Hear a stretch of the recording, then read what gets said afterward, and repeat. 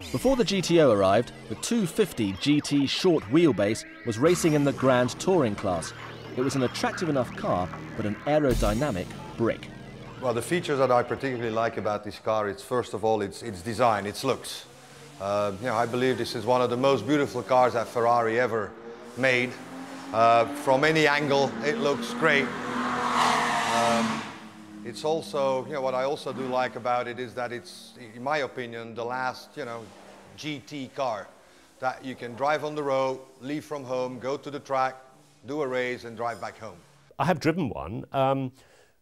It's quite an it's not a car you jump into and drive down to the shops. Ideally, you want to spend about certainly 5 to 10 minutes warming it up before you set off. And then for the first 20 miles, you can't really change gear that fast until the gearbox oil warms up. So again, it's a Ferrari. It's built for Italy in the summer. The 250 GTO was named for the fact that it was homologated, which simply means it was approved for racing. And GTO means Gran Turismo Omologato. Try saying that after a few. Ferrari 250 GTO, yeah, why not buy one if you've got £6 million? That'd be a good idea.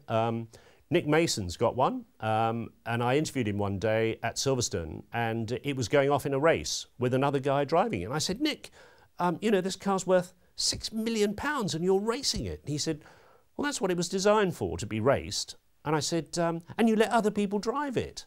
He said, yes, not anybody, don't bother to write in.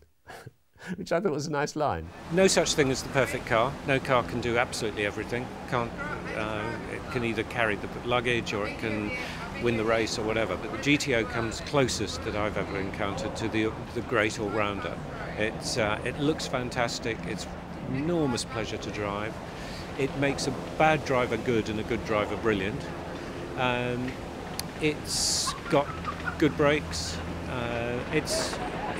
It can be used to win. I mean, it finished third at Le Mans, my particular car, but it can also take kids to school. You can carry some luggage in it, and if you need to, you can sell it and buy a house in the south of France and a yacht and a couple of other things. With 250 GTOs selling now for a couple of £1 million, its appeal has never wavered and its passionate Ferrari roots remain intact. It's proved to be one of the most enduring street cars of all time, as its price at auction will always attest.